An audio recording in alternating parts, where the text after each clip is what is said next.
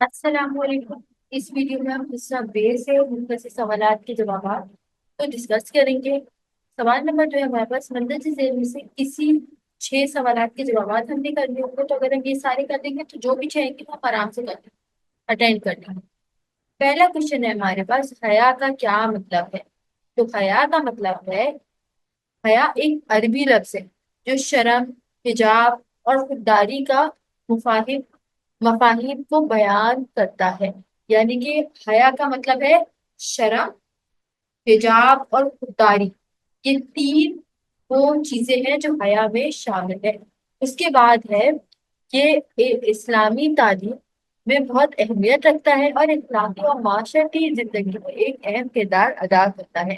یعنی کہ حیا کیا کرتا ہے؟ ہماری اخلاقی، معاشرتی، یعنی کہ ہمارا جو اندر کا ہمارا جو لوگوں سے بات چیت کرنے کا انداز ہے وہ، اور جو معاشرے میں لوگوں کے ساتھ ہمارے رہنے کا انداز ہے وہ جو ہے، یہ اخلاق جسے کہتے ہیں وہ حیا کے ذریعے ہمارے اندر پیدا ہوتا ہے۔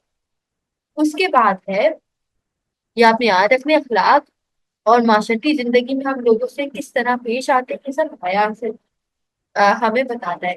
اس کے بعد ہے شرم و حجاب۔ اب شرم و حجاب کیا ہے؟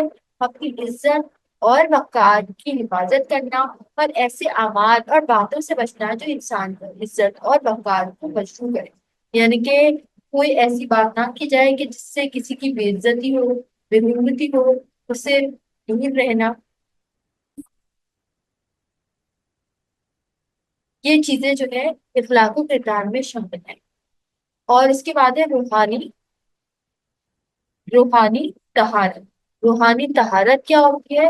اپنے نفس اور کو پاکیزہ رکھنا اور گناہوں سے بچنے کی کوشش کرنا۔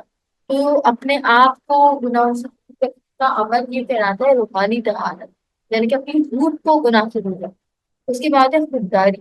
خودداری کیا ہے؟ اپنی عزت نفس کی حفاظت کرنا اور خود کو جو ہے نیچا نہ رکھنا۔ یعنی کہ خودداری کا مطلب ہے اپنے آپ کو، اپنی عزت نفس کو، اپنی سیلف رسپیکٹ کو لوگوں کے آگے حیا جو ہے یہ ایمان کا حصہ ہے، ایمان کا حصہ ہے، اور حیا صرف خیر لاتی ہے، یعنی کہ ہمیشہ بہتری ہی لاتی ہے، اس سے کبھی نقصان نہیں ہوتا۔ سوال نمبر 2 ہے، حدیث کے لغوی اور اصطلاحی معنی تحریر کیجیے۔ تو لغوی معنی کیا ہے حدیث کے؟ حدیث عربی زبان کے لفظ ہے جو بنیادی طور پر بات یا خبر کے معنی میں استعمال ہوتا ہے۔ کس کے لیے استعمال ہوتا ہے؟ بات یا پھر خبر۔ اس کے لفظی مطلب ہے بات کرنا، قصہ سنانا یا خبر دینا۔ اس کے لفظی معنی ہے قصہ سنانا یا پھر خبر دینا۔ آ، یہ لغوی طور پر حدیث ہر اس بات کو کہا جا سکتا ہے جو زمین سے کہی جائے یا سنی جائے، زبان سے کہی جائے یا سنی جائے۔ یعنی کہ حدیث جو ہے وہ ہر چیز کو کہہ سکتے ہیں ہم جو زبان سے کہی جائے، سنی جائے، جو کسی نے بولا ہو، کسی نے قصہ سنایا ہو، کسی نے خبر دی ہو، اس کو بنیادی طور پر لغوی معنی میں لیا جاتا ہے۔ اب اصطلاحی معنی میں یعنی کہ اب اس کا اصلی مطلب کیا ہے وہ ہم پڑھتے ہیں۔ اسلامی اسلام میں حدیث سے مراد وہ اقوال، اعمال، تقریریں، یعنی کہ صحابہ کے جو آپ صلی اللہ علیہ وسلم نے کہی ہو، کی ہو، یا پھر جو صحابہ کرام نے کی ہو اور اس پہ خاموشی اختیار کی ہو، وہ کہلاتی ہے حدیث۔ اور حدیث میں کون سی ہوتی ہے؟ قولی حدیث ہوتی ہے جو کہ نبی صلی اللہ علیہ وسلم کے اقوال، یعنی کہ وہ باتیں جو آپ صلی اللہ علیہ وسلم نے فرمائی ہو وہ قولی حدیث ہوتی ہے۔ فعلی حدیث میں ہوتی ہے نبی صلی اللہ علیہ وسلم کے اعمال، یعنی وہ کام جو آپ صلی اللہ علیہ وسلم نے کیے ہیں۔ فعلی حدیث میں ہوتی ہے جو آپ صلی اللہ علیہ وسلم نے کیے ہیں وہ،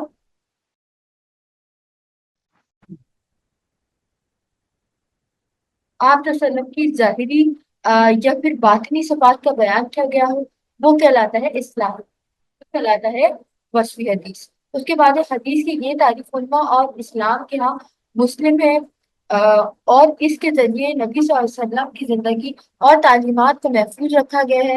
حدیث قرآن مجید کے بعد اسلامی شریعت کا دوسرا اہم طریق واحد ہے، یعنی کہ قرآن جو ہے وہ مین چیز ہے، اس کے بعد حدیث کو اہمیت دینی ہے ہم نے۔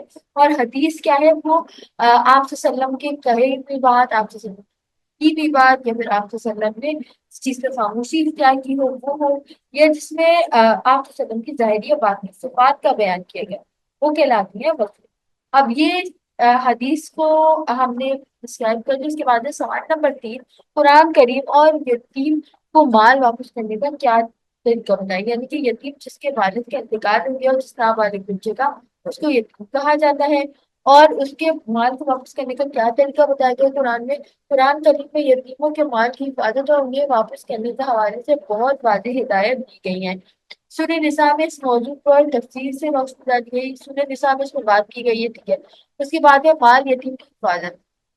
اللہ تعالیٰ فرماتے ہیں ہے جس کا میں ترجمہ بتا رہی ہوں، اور یتیموں کو ان کے مال واپس کرو اور ان کی پاکیزہ مال کو اپنے ناپاک مال سے نہ بدلو، اور ان کے مال کو اپنے مال کے ساتھ ملا کر نہ کھاؤ، یقیناً یہ بڑا گناہ ہے۔ یعنی کہ یتیموں کے مال کو کھانے سے سختی سے منع کیا گیا، یعنی کہ اس کو استعمال کرنے سے، اس پہ خرچ کرنے سے سختی سے منع کیا گیا، اور یہ بہت بڑا گناہ ہے۔ اور یتیموں کو جو مال کھاتے ہیں وہ حرام ہو جاتا ہے، وہ حرام ہوتا ہے۔ یتیم کے بالغ ہونے پر مال واپس کرنا، اب اگر یہ ایسا ہو سکتا ہے کہ یتیم اگر کوئی بچہ ہے تو اس کا مال سنبھال کے رکھنا، اور اس کے بالغ ہونے کے بعد اس کے مال کو واپس کر دینا، تو اس کی اجازت ہے ہمارے دین میں۔ اللہ تعالیٰ فرماتے ہیں جس کا ترجمہ ہے، اور یتیموں کو آزماتے رہو یہاں تک کہ جب وہ نکاح کی عمر کو پہنچ جائے، پھر اگر تم ان میں ہوشیاری اور سمجھداری دیکھو تو ان کے مال کے حوالے کر دو، یعنی کہ جب وہ شادی کے عمر تک آ جائے، جب سمجھداری آ جائے، تو ان کا مال تو پھر بھیج دو، پر جب ان کی چھوٹی عمر ہو تو ان کے مال کو سنبھال لو تاکہ لوگ اس سے غلط استعمال نہ کریں۔ اس کے بعد ہے امین کے لیے ہدایت۔ امین کیا ہوتا ہے؟ اللہ تعالیٰ فرماتا ہے، اب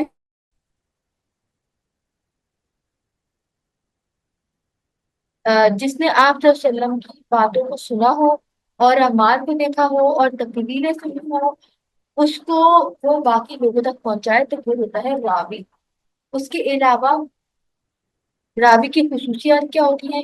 ایک راوی کے لیے چند اہم خصوصیات درج ذیل ہیں۔ پہلے ہے عدالت، راوی کو عادل ہونا چاہیے، یعنی وہ نیک، دیانتدار اور اچھے کردار کا حامل ہو، تو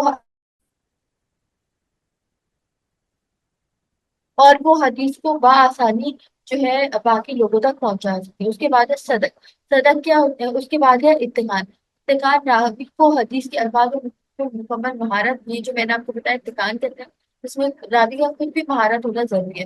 اس کے بعد ہے صدق، صدق ہوتا ہے راوی کو سچ بولنے والا ہونا چاہیے اور اس کی سچائی کی گواہی دوسرے لوگوں نے بھی دی ہو، یعنی کہ راوی کا سچا ہونا ضروری ہے، راوی کا سچا ہونا ضروری ہے، اور اس کی جو گواہی ہو سچ بولنے کی لوگوں نے دی ہو، صادق ہونا چاہیے، سچا ہونا چاہیے، جیسے کہ آپ صادق و امین تھے۔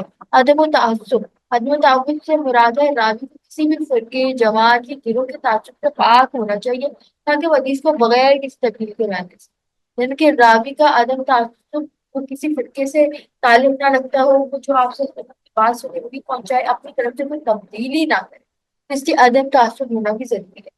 اس کے بعد ہے سوال نمبر 5، اشرف مبشر کے لفظی معنی بتائیں۔ اشرف مبشر کے لفظی معنی کیا ہوتے ہیں؟ اشرف مبشرہ عربی زبان کے دو الفاظ اشرا اور مبشر کے مل کر بنا ہے۔ اشرا کا کیا معنی ہوتا ہے؟ اس کا مطلب ہے 10، اشرا کا معنی ہوتا ہے 10، اور مبشر کے معنی ہوتا ہے، اس کا مطلب ہے خوشخبری دیے گئے اور بشارت دیے گئے۔ تو مبشر کے معنی یہ ہوتا ہے خوشخبری یا بشارت کے دینے کے، اور اشرا سے مراد ہے 10، یا آپ نے یاد ہے۔ اس کے بعد آپ اس کے اصلاحی معنی پڑھیں تو وہ ہے اسلامی اسلام میں اشرا مبشرہ 10 صحابہ کرام رضی اللہ عنہ کو کہا جاتا ہے جنہیں نبی صلی اللہ علیہ وسلم نے جنت کی خوشخبری دی تھی، یعنی کہ ان صحابہ کو بولتے ہیں، ان 10 صحابہ کو بولتے ہیں جنہیں آپ جو ہے آپ صلی اللہ علیہ وسلم نے دنیا میں ہی جنت کا بتا دیا تھا کہ یہ لوگ جنت میں ہی جائیں گے۔ اور ان 10 صحابہ کا کیا نام ہے؟ حضرت ابو بکر صدیق، حضرت عثمان بن عفان، اس کے بعد حضرت عمر بن خطاب، حضرت علی بن ابی طالب، حضرت طارق بن عبداللہ رضی اللہ عنہ، حضرت زبیر بن عوام رضی اللہ عنہ، حضرت عبداللہ رحمان بن عوام رضی اللہ عنہ، حضرت سعد بن ابی وقاص رضی اللہ عنہ، حضرت سعد بن زید رضی اللہ عنہ، اور حضرت ابو عبیدہ بن جراح رضی اللہ عنہ۔ یہ سارے وہ 10 صحابہ کے نام ہیں جن کو دنیا میں ہی آپ صلی اللہ علیہ وسلم نے بتا دیا تھا کہ یہ 10 صحابہ جنت میں داخل ہوں گے۔ اشرف مبشرہ کے لفظی کیا مطلب ہے؟